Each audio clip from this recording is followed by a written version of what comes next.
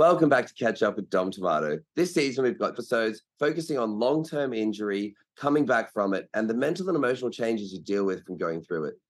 This week's guest is Shaun Wood. He's been doing parkour longer than I have. He's part of the first generation of Sydney parkour. He was a co-founder and co-creator of Team Farang. He's now working as a stuntman and spreading his movement expertise in many ways. Let's get into today's show. Oof, right on the buzzer. Whoa! Boom, personality turns on right now.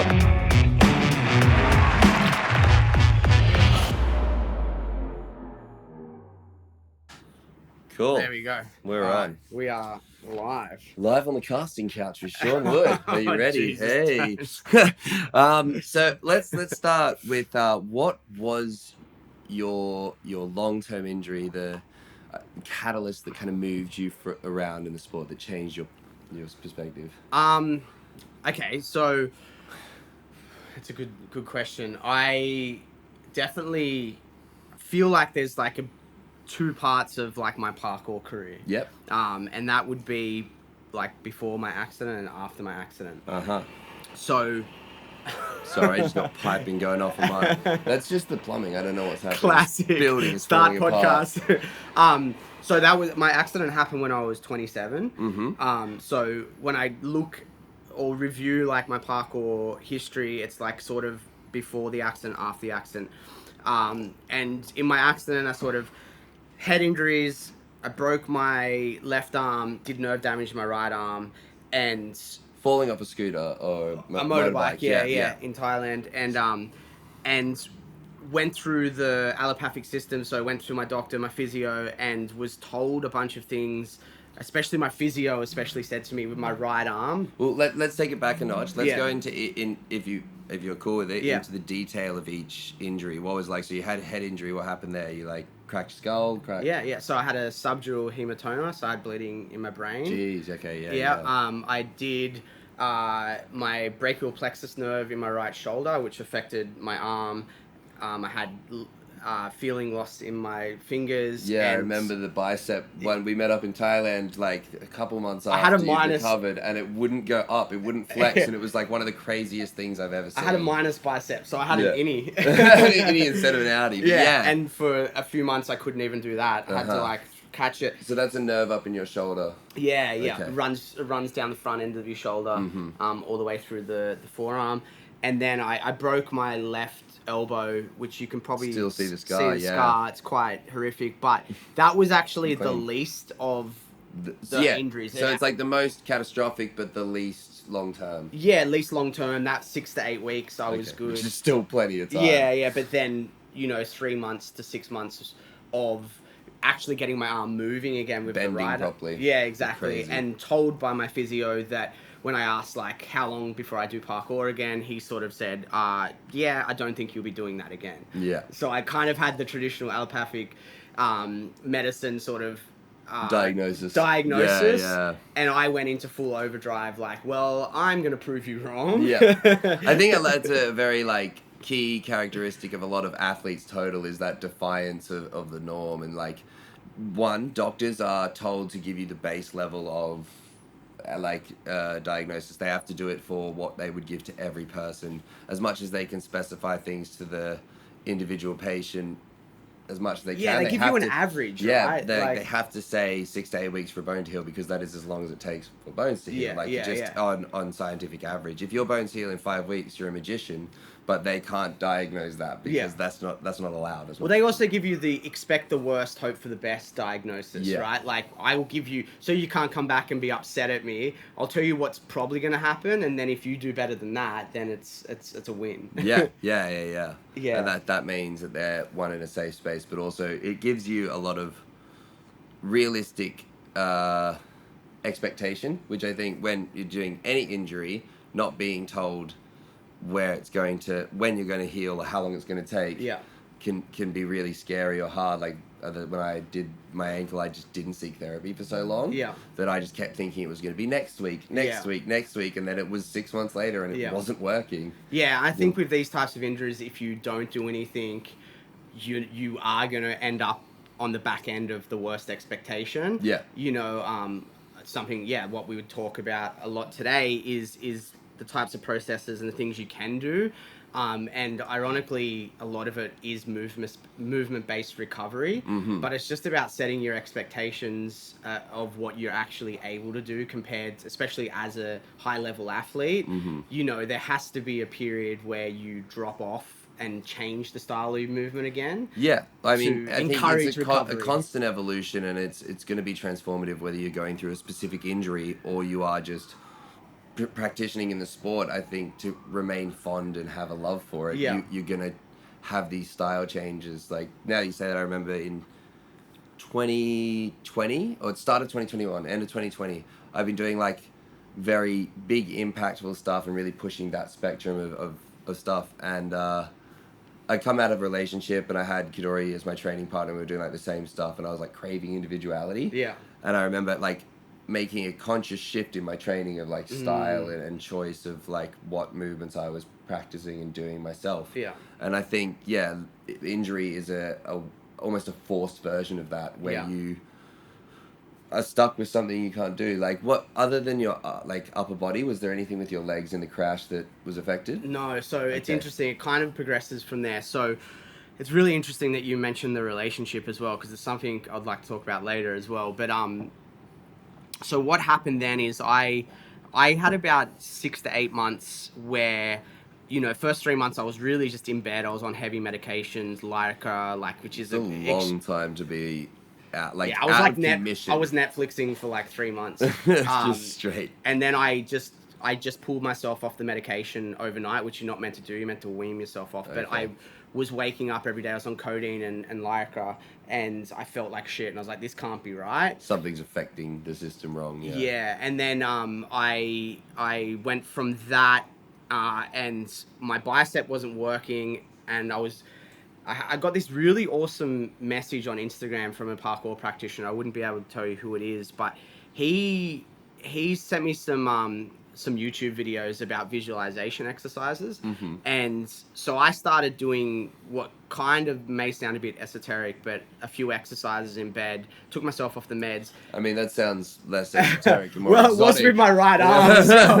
And videos to come, people. You know, we'll pop some videos on the screen of Shaun's visualization exercises in bed. Well, it started with some actual physical stuff where I was just touching the roof, a few things my physio had given me as well.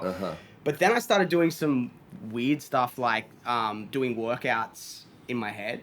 Okay, so like pretending like go. I mean, I guess I do that for movement. I do that for like a lot of the high level visualization, stuff I do. And then connecting the neural pathways. And I was kind of told that if I can visualize the connection in the nerves, that may help with it. Okay, encourage some growth and the regrowth of some of the nerves. And so I was doing like bicep workouts in my sleep, and not in my sleep, in bed. But like doing the thought practice of the bicep. I did entire workouts, so I would go to the gym in my head. But I mean, and like, some people might find that left to field, but I think there is a power to a system that works, like you said, the neurological pathways and connecting. Putting yourself in the game is probably like the layman's term of doing it. You sit there and you put yourself in the game, and because you can't work your body 24 hours a day, 7 days a week, it will give out. Like there's something about running at 110% forever, which anything is just, the capacity will burn out. Whereas being able to do something that's still productive and still like putting yourself in the mindset, in the headspace, and all the things that you want to do, putting yourself there is a good practice in a way. Yeah, absolutely. And it was my only way of staying in the game. You know what I mean? My body couldn't do it, but I was keeping myself mentally prepared. I was keeping myself active in the way that I could at the level that I was at. And then one day I sort of, I used to play this game. I gamified it, and I would do this and this and this, and I couldn't catch my arm. Okay. And you couldn't catch the weight on the way down, you mean? I couldn't catch it, so I had to use momentum. And for listeners, just so you know, the game he's playing is like pulling his hand up and bending at the elbow, and just letting the weight fall and trying to catch that arm with strength. Yeah, exactly. And then one day, I'd been doing my mental workouts. For no reason whatsoever, threw my arm up, and I got boom, and I caught it. And the stiffness and the strength came in. Yeah, and that was that was level 1 progression. Yeah. Then over the couple of weeks, I started adding, like, I picked up my fork for the first time. Then I added could pick up my coffee, and I would just do that all day. And yes, I can drink. Yeah. I can drink again. Imagine you only had that, and that was like your only form of yeah, exactly. trying to drink with your head sideways. Yeah, and then I just progressively overloaded until I was able to hold a 1 kilo weight, and then I started doing bicep curls. But probably where I deviated from the normal path in this recovery is I did something that was highly not recommended. Okay. And from the doctors. Yes, yeah. And that was as soon as I had mobility in my arm again, I started doing pull-ups. Okay. Yeah. Straight, like jumped a few steps. Because there's one thing you said that was really valuable that we'll go into quickly, which is, I think, gamifying it. Like giving yourself like almost like a body kendama task. Where you're like, I can achieve this little feat. And you can do that with your training at any level. Yeah. Where you kind of create a little game by it and that sort of thing. I think play is the key to all of it. Yeah. If you can make anything you're learning, anything you're trying to achieve, play and fun, yeah. like I believe you're gonna progress at a better and healthier rate than someone who's training from pain. Yeah. And the other thing there that you were going into is like I lost it. the jumping three to 5 steps ahead. Yeah. Which is like a classic, I think, athlete mindset, getting back into it. As soon as you're given an inch, you're like, I'm going to take a mile. I'm going to push my body to that limit because I'm special and I'm like stronger than the average and blah, blah, blah, whatever your internal dialogue is to get, or like, I want to prove something.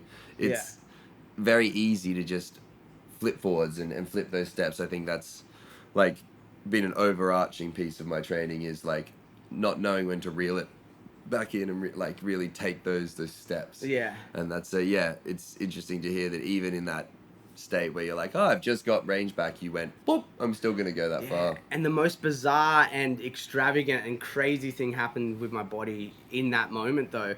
I started doing pull-ups, which is hands like lat exercise. Yeah. And over the couple of weeks, I started at 1. This is where I sort of started to learn more about my body than anyone else could ever teach me. And it was the durability and the incredible way for our body to adapt.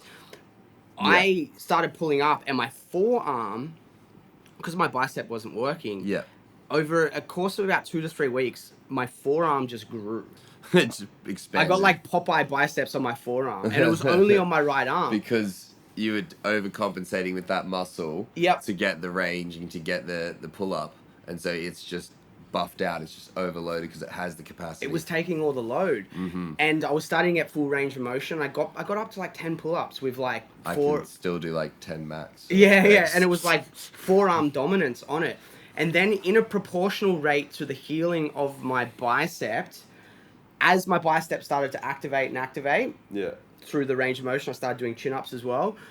My forearm started to shrink in proportion to it, to the point where so it didn't stay at its like original mass. No, it just like, if they were 2 people, he's like, I'm gonna do all the work for a bit, and then as my bicep started to get strong again, it just shrunk, and then I got, I would say, back to a 95-97% recovery through that process. So do I recommend it? Maybe not, but it was just super interesting because I'd been told this one thing, and then through my own play and experimentation, what I was told wasn't going to happen sort of happened. Well, I almost delusionally believe that the body is super adaptive and that it will overcome those things. And I am guilty of the same mindset that I was speaking about before, which is like, I'm special, or I'm a really fast recoverer. I've always had that time off training that snaps back, and so on and so forth. And it's really, I think, normal to just strive and overdo it, and there's a bunch of different motivations for it. Maybe you're doing a competition, maybe you're like at training, you see a challenge that you're not going to be able to come back for, maybe you're traveling. There's all these different reasons why you do a video shoot. There's like heaps of reasons why you might want to push that spectrum, and it is a case of especially now, post injury for me, knowing when to pull the trigger and when to just chill out. Yeah. And when, like, there is like a risk versus reward now more so than there was before, because the long term ramifications weren't as high. Yeah. And I don't think that I'm going to be permanently, like, permanently out or permanently injured from the ankles. It's just the first kind of long-term injury that I've experienced. And when I say long-term, it's like more than 6 to 8 months of recovery time. Yeah. I mean, how long would you say from the accident to getting back to like moving comfortably and having a good amount of strength? What was the timeline there? I would say the first year was pretty wrought with like injury and recovery, Which is like that's a long time. Yeah, and then feels forever when you're in it. Fucking and then I almost to the day after the accident moved to Sweden for bounce. Yes, we hung out, and then I really had the opportunity to introduce a lot of movement back into my life. Yeah, working in a facility, for those who don't know, Bounce is a trampoline park, but they also had parkour parks designed by Sam Carter infused into the setups. Yeah. So Shaun was able to have access to a safe environment where you could like progress and learn and practice again. And it was movement that was still close to, but not as tolling on the body as parkour. Mm-hmm. So I was still able to like build aerial awareness and continue the type of training that I enjoyed, but on trampolines where you a lot less impact on the body. Yeah, your proprioception is the thing that's getting the gains, and you're not taking as much wear and tear. And cardiovascular. And so what happened is I put on a little bit of weight over that time as well, and I just shredded down in like the first 2 months I was there. I dropped like 5 or 6 kilos. Crazy. And that then gave me permission to, my body was feeling good again, and slowly there was parkour parks there as well, and I started introducing parkour. So I'd say about 14 months after the accident, I started progressing again. That's yeah, progressing again as well. Not even 14 months I was good. Like 14 months I'm good. My base is there. Yeah, and then within 18 months, I was at this level where I felt like I'd reached back to my baseline, and I started progressing. And and at 28, almost 29, I started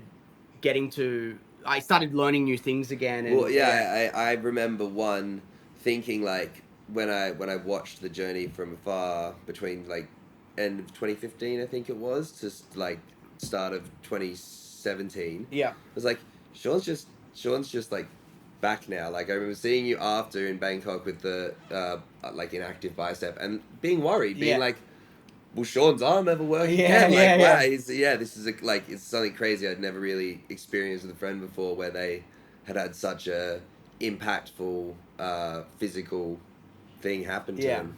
And and then you were just back, and then it was an evolution, and I think that's because you had the different landscape. Because before you left, the staples were front flip round off full, gainer off something, and then cork if it was like cinematic.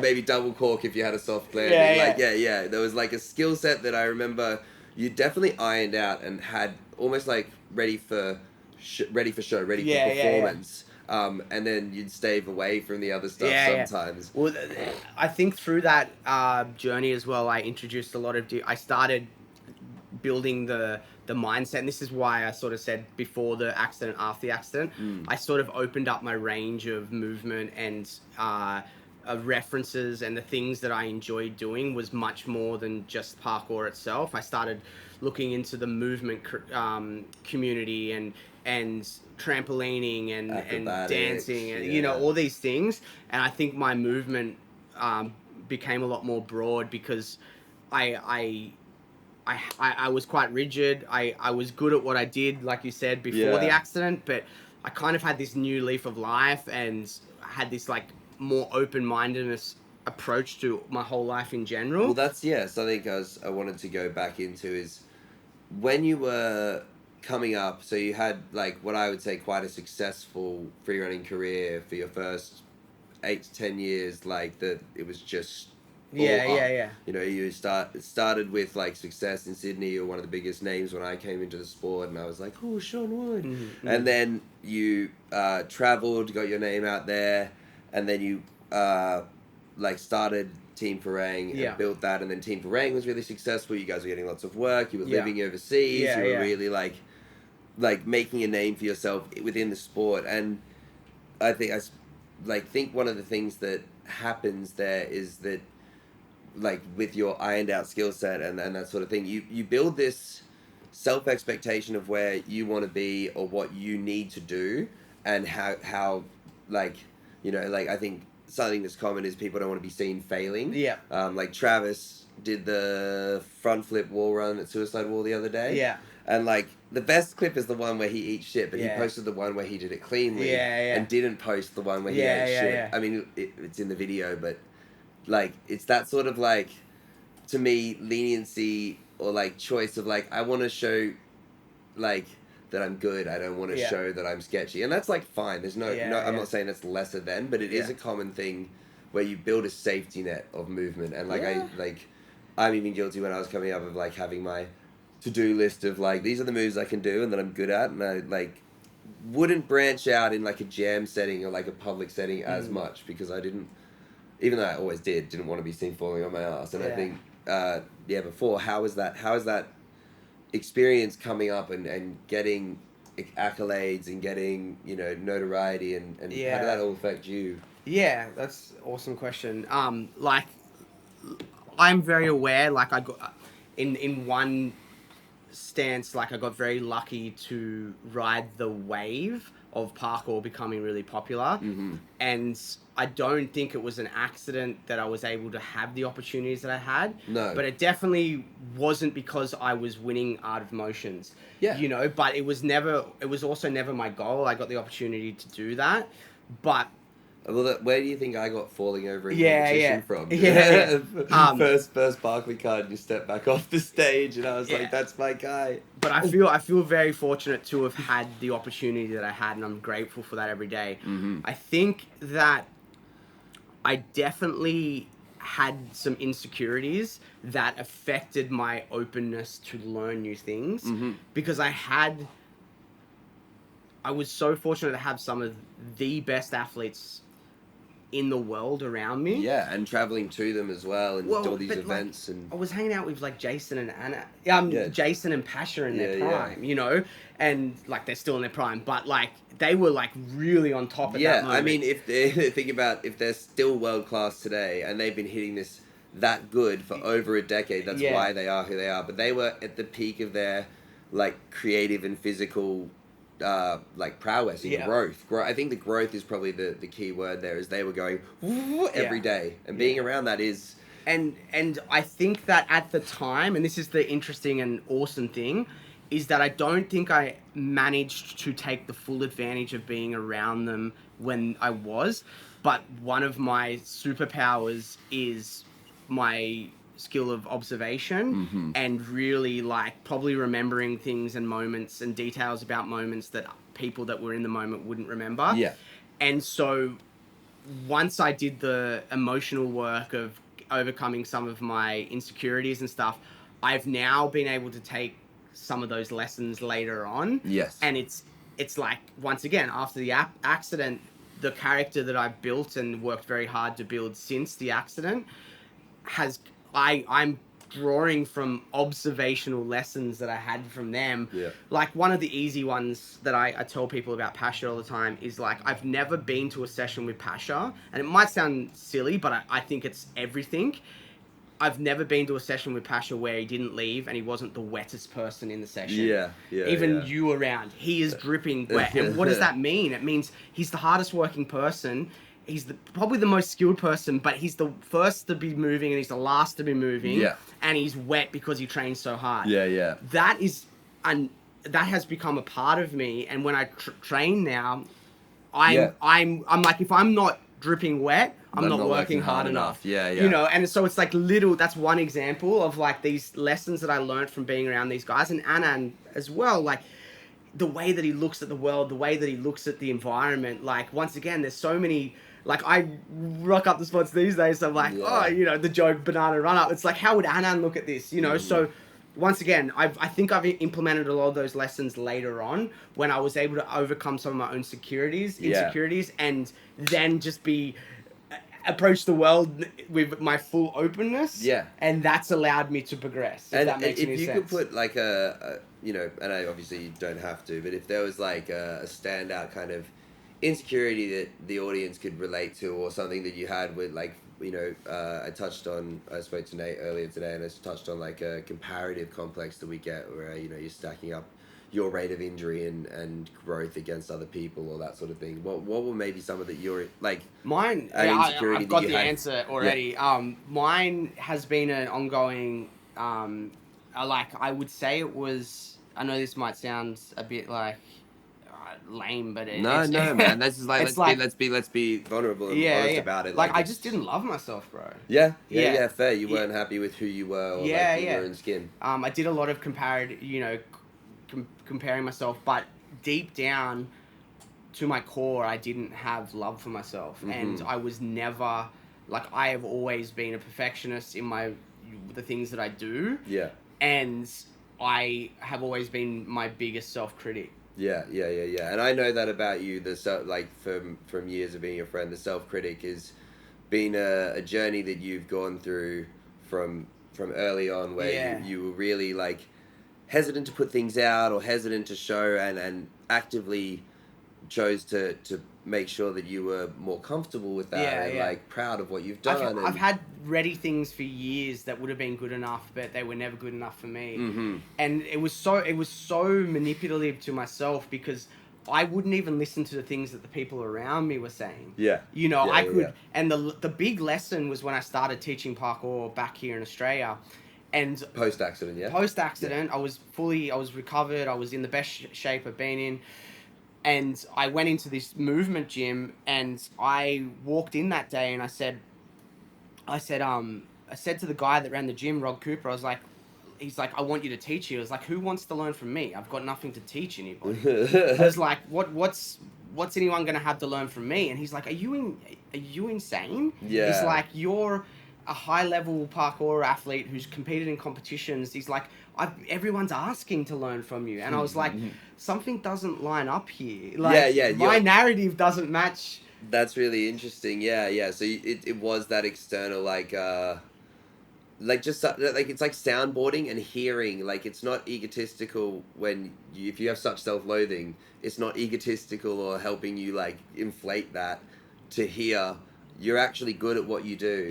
And you should also be proud of what you can do. Because I had a conversation with Jason earlier when we were doing a shoot in Bangkok this year, and I was like really struggling emotionally with that. And one of the big things that he said to me was like, you've had like 8 years of kicking ass. Like, you remember to respect and appreciate that you got so much out of it for such a long period of time. Like, and that, like, just hearing it externally, like you said with Rod, hearing like, you are good and you're still doing good things, really, really was powerful. It's crazy how like such few words can make a huge difference to how you look at the situation. And I think that catalyst started so one thing I wanted to say about the way that I recovered after my accident is that I was also doing it from a place, I was gamifying it and I was having fun, but I was doing it from a place of pain. I had to prove that I could get back to it. I had a lot of support from the community. Something that I'll never forget for the rest of my life is the way that the parkour community showed up with me after that accident, and the support that I had. But I also had all these narratives around never letting anyone down again. And I don't ever want anyone in the parkour community to see me not being happy. And and being vulnerable with your emotion, because it's not cool and it doesn't spread joy. But it's really important, I think, and this is one of the big points of doing this series of podcasts for me, is to talk about those emotions and those mental changes that we go through, because a lot of younger athletes are going to experience this, and they're going to get themselves to a crazy high level, and then inevitably, and hopefully not, but there's going to be adversity and trials that they go through with it. So to open up the conversation and make sure that we're all aware that, we do have feelings, and a lot of our identity is attached to how we're performing within the sport. Yeah. And so, like, this is a real thing that's going to happen, and there's lots of different ways, like you're saying, with gamifying it, or just like refinding the love, or hearing that you are still valued, regardless of if you can do a triple cork or not. Yeah. Are really important factors for, like, that's the things that we've experienced, and things that I'd love for the audience to hear and definitely take into their, like, community values. Yeah. So what that actually resulted in, though, because I was, I went fucking beast mode after the accident. I like in it to win it. Yeah. I was a fucking weapon. Yeah. I remember one of the times you came to Sweden, and I was just like pure fucking strength. Yeah, your chest was out here. Yeah. Hey mate, how you doing? You can see me over your nipples. And what the long-term result in that was actually the worst injury I've ever had. Okay, so worst to you, because, like, it's so hard to subjectively say what's the worst, but worse to you than the accident. Well, I woke up one day, I did a 12.5-foot standing position downwards with Fei Yus on, landed in the arches of my feet. Oof, just like... Didn't take an injury, walked away from it, it's on my Instagram, I'm like, got a big smile on my face. I woke up the next day, I couldn't jump. Hip flexors. No, I couldn't jump, bro. I couldn't, my legs stopped fucking working. Oh my God. Right? So I literally woke up the next day, and it's like someone had taken a syringe and what I would consider power, that moment that you go Such a visual, just like a syringe, and it's just like sucking your life force, the little power force that you have, like a golden, like, just going. It was gone, man. Devastating. And I had to contemplate for the first time what it would mean to actually not do parkour again. Okay. It was the first time I was like, I don't know. I got MRIs, I went and saw physios, I saw everything, and everyone was like, we don't know what it is. We can't, your knees That's are even in good. scarier, like, not, again, the unknown of, like, what is happening. That just makes it terrifying in the grand scheme of things, because there's just so much that could be wrong. And as you said, like, with the motorbike accident, it was your upper body predominantly, and parkour is such a leg dominant sport. I've done so many injuries to, like, the top half of my body that when I did my ankles and they really gave out, I was like, wow, I can't even really do vaults or climb ups, because my range of motion and power extension is required for all of those things. Like, quick bounce, it was gone. So the amount that would, like, feel internally like your worst injury is way higher, because it affects the thing you love more. Yeah, no, you're 100% right. And there was that contemplation of what if, and I did land on, it's always going to be a part of my life, no matter what. I would just find another way to enjoy it. Yeah. Even if it parkour. Was, parkour. Yeah. Like, I made a video about it on YouTube. I'd edit other people's videos, or, I was still have it in my life. But what you said about the younger generation, I want this to be clear. I am not in the pool of thought of people that are like, they need to slow down, they need to change their way to train. They're not purist enough. The sport is evolving in the most beautiful way that it possibly can, and if there's one value that I have, it's like, be open to the next generation. We don't own parkour. Parkour is going to become whatever it becomes. Yeah. And anyone that tries to control that, you need to re-evaluate your values. Yeah. I'm not going to sit in a glass house and throw stoners. Exactly. I love the sport. But what our generation is, and even of our core group, which is one thing that I haven't said out loud, the common denominator between some of the people that I come up, and I'll extend this to even the Story Boys, there's one common denominator. And that's that... Denominator. And that's that we're all still here. Yeah. And we're all still moving. And some of us are getting close to 18 to 20 years. And the one thing that the next generation coming up doesn't have is the perspective of time yet. Yeah. And there are lessons and I believe our responsibilities is starting to be able to share some of the things that we've learned and offer that to them. Yeah. They can take it or they can't. You know, the classic ones stretch more, right? Yeah, like, yeah. I wish I'd listened to that, you know? It's funny because I used to preach it. Like, there's videos of me, like, stretch like a figure skater and blah, blah, blah. All this stuff about rehabilitation. I used to tell people it's my, like, secret weapon was stretching all the time.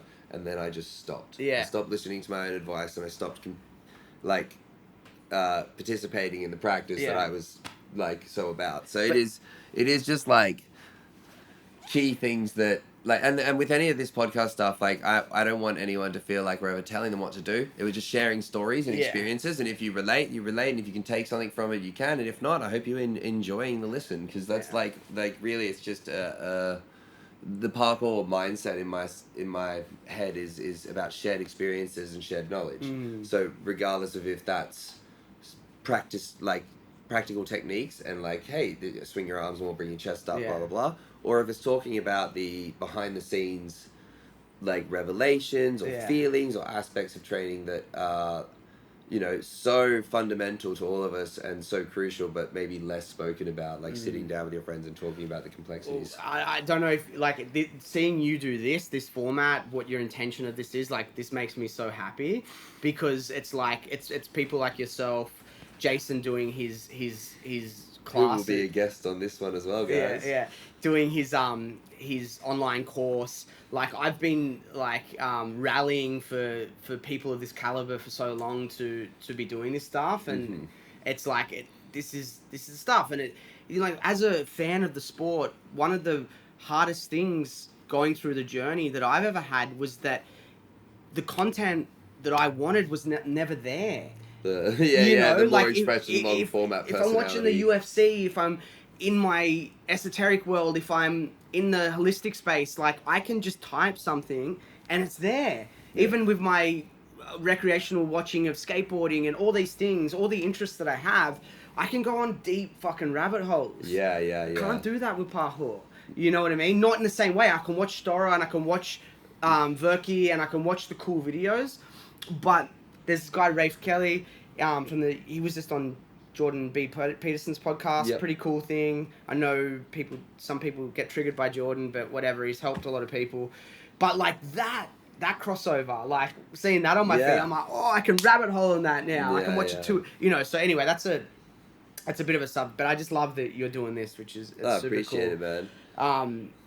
But yeah, I just want to finish the story of so the injury that I had. Yeah, please. Because the lesson was, for me, through that, it was the real shift. Rob telling me that I'm worthy, having training to prove people rather than do it from the love. Yeah, do it from a place of proving to yourself. Exactly. And enjoying or the a journey. Place of joy. Yeah. You know? I see a lot of younger athletes getting really frustrated with their training, and I'm like, mate, like, this is meant to be a fun thing. Yeah. This is like as much as we can prattle on about the complexities of it being a sport or whatever, it's just, you're just jumping around with your friends, just chill out. Yeah. Like, if it doesn't work, it doesn't work. You know, come back another day. Yeah. And so I think the big shift for me after that injury, it was a lot of it was a psycho-emotional stuff. It was like, I had a lot of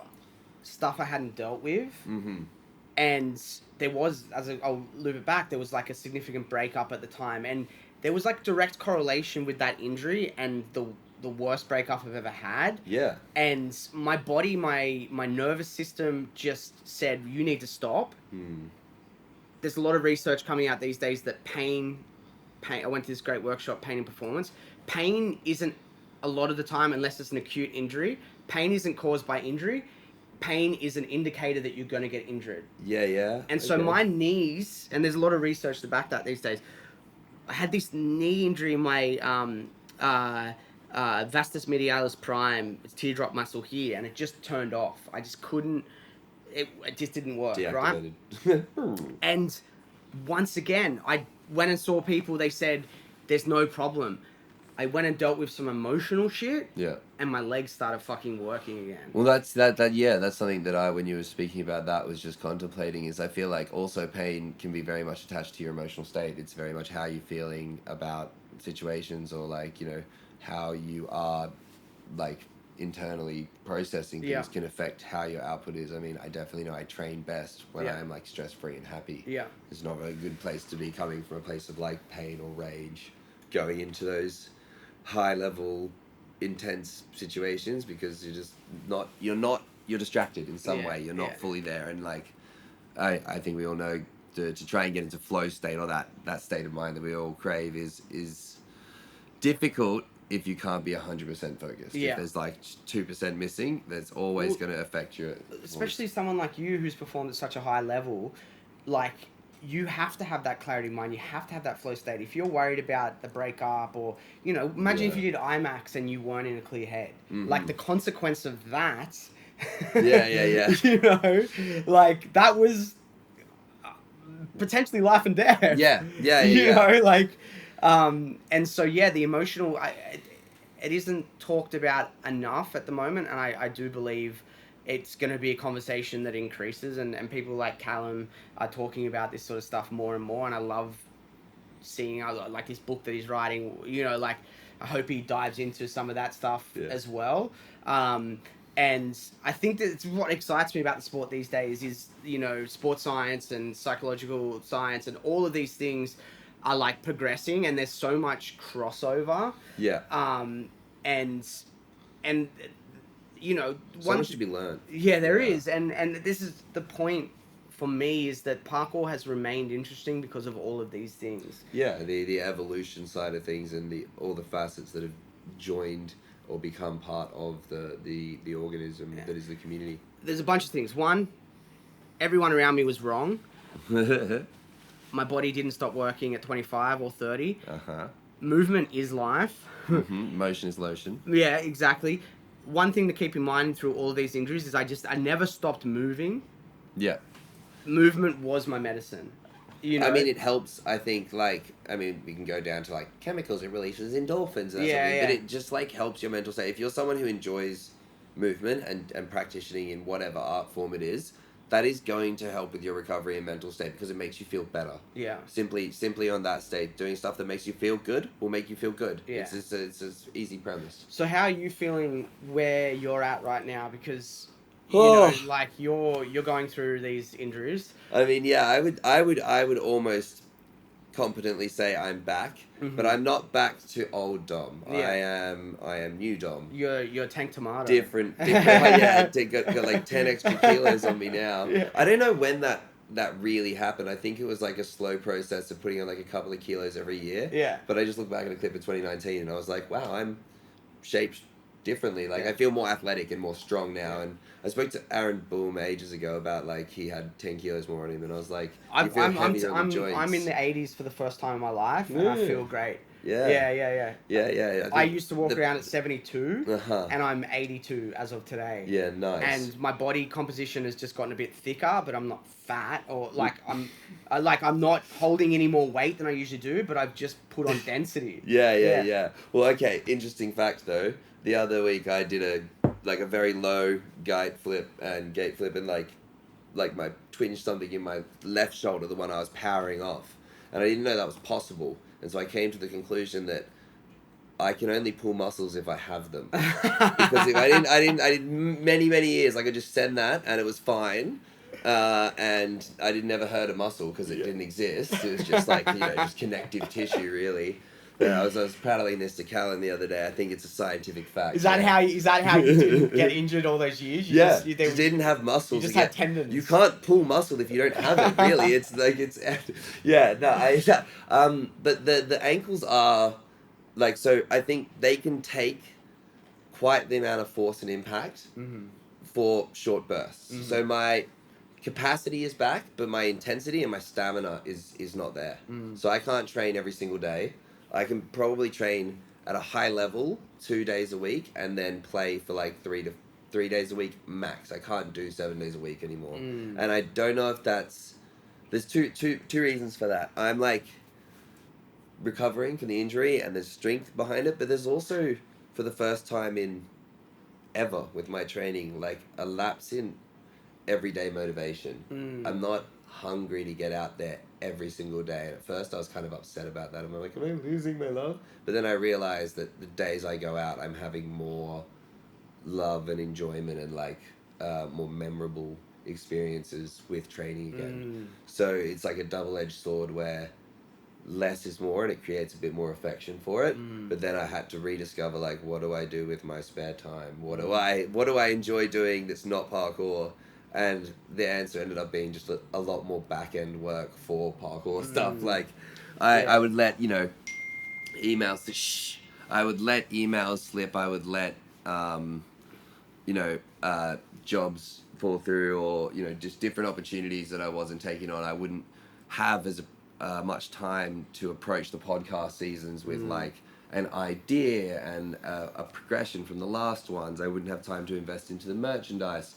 So I've really been working more on that back end of things, where I think it will in the long term be more fruitful and I'll have more stuff in my own hands that I can work with.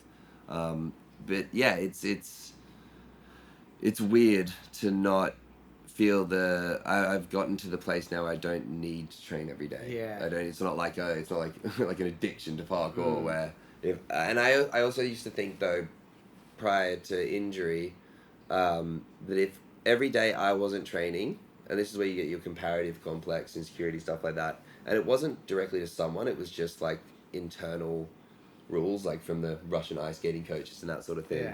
It was very much like every day that I'm not hitting it, someone else is going to hit it. And if I'm not the person hitting it the hardest every single day, I'm not going to get myself a position in the industry that I'm looking for. I'm not going to be able to travel all the jams and, be access to the globe and have sponsors and that sort of thing if I'm not hitting it the most. And then after, speaking to Jason, so to go into that further as well, I got to the point in Thailand where I just made the video about my injury. And I kind of went into the depths of that. So if you want to hear about that, you can just watch that. But I was at a stage where I thought I should be back. I was like, okay, cool. I've worked with my physio for the last 2 months. I took some time off training. I've come back. I've peppered in all the bright bits. And I've got a 2-day shoot with Team Forain coming up. And I got there and I just realized, instantly, I was so under caliber of where I wanted to be. Like, it was still painful to do a flip off hip height and land onto concrete. It wasn't like I didn't have any like practice in drops or range of motion and that sort of thing. And I tried to just push through. I just went, okay, I'll just do what Dom would do, like lower the difficulty and just do everything at the same intensity. And by the second day, like halfway through, my ankle gave out to the point I couldn't walk. I did like 2 challenges in the morning and then I couldn't walk. And I was pretty distraught because I had expected to be back. I was like, and I felt like I was expectations are the root of all suffering, man. I thought, but also also letting the team down. To me, like they are like, whatever, you're good, man. Like you came and showed up already. Like, don't worry. But it's still like, for me, I felt like I was letting the team down. I was letting myself down. I was again just getting stuck in the headspace I've been prior to working with the physio, where it was like, is this ever going to come back? Am I ever going to be able to do this again? Like 6 to 8 months of a pain, like just real serious pain. So do you think that was a catalyst to this little bit of shift in, the way, how often you're training, opening up yourself to there being more than just training every day? Like, well, so it just got to a point where I wasn't enjoying parkour, and I think that was really terrifying and also really like hard to deal with, because it is such a big part of my identity. Like, I just live, breathe, eat and shit. It's what I do. This is a natural part of the journey, man. I resonate with it. I've been through that. The back end of probably the couple of months before my accident, I was there. I was having a lot of conversations with the guys about like, oh, I'm going to move into filmmaking position because I'm not enjoying the jumps anymore. And then, oh, well, that's too much as well. I need to live. Like, that's a very natural, and this is probably a good lesson for, the people coming up. Like, it's going to happen. But I think Bye. that's okay, you know, because sometimes in life we have to, you know, it's the ebbs and flows. Yeah. You know, like we can't. The natural rhythm of life is periods of intensity and periods of not.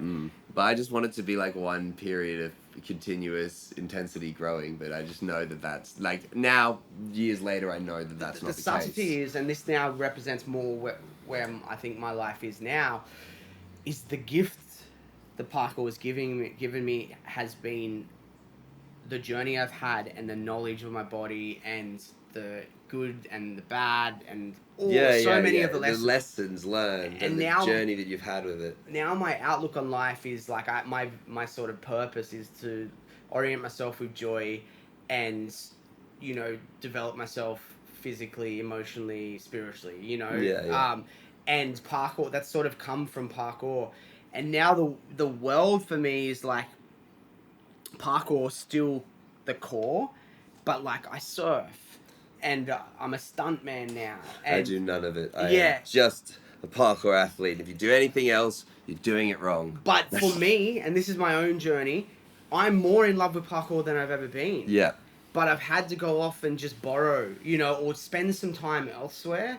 Enjoy life. I'm enjoying my life the most I've ever enjoyed it, you know, like, and parkour comes from this place of like just pure love. Yeah. And that's really what I think the big transformative thing that it will find in a lot of commonalities in the guests is that you go through a cycle of change of, you know, status quo or relationship with the sport, and eventually whatever happens in the tail, you end up with a reaffirmation of purpose and direction, with it being, I should just enjoy doing this thing that I really love doing, because it is really core fundamentals and really easy values to stick by. If you go out there and you're like, I just want to have fun and do jumps, chances are you'll have fun and do jumps, and then your expectations are met, and you know, you'll end up probably doing more things, which is just bonus, you know what I mean? You're getting extra points. Just to wrap it up, like there is two categories of people. If you're like, you know, Verky and you're trying to win competitions, right?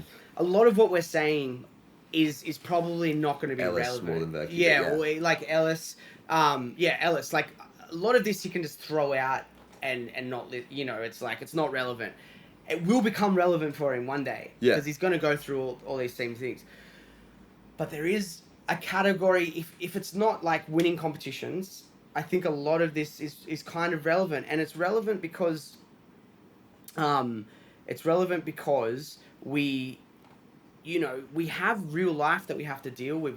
There's so much stuff outside of the sport that you're doing and the jumps that you're participating. Even though it might feel like your entire being and your entire life, that's just there's so much more going on and stuff that will happen that's out of your control. Well, the one thing I've reflected on a lot lately is like financial situation, right?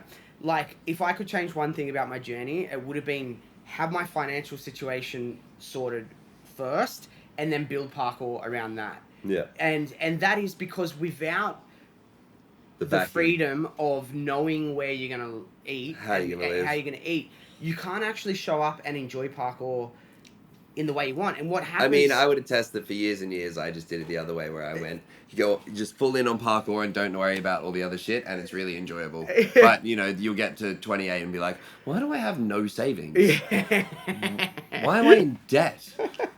When did I... Okay. Yeah. Well, I just feel...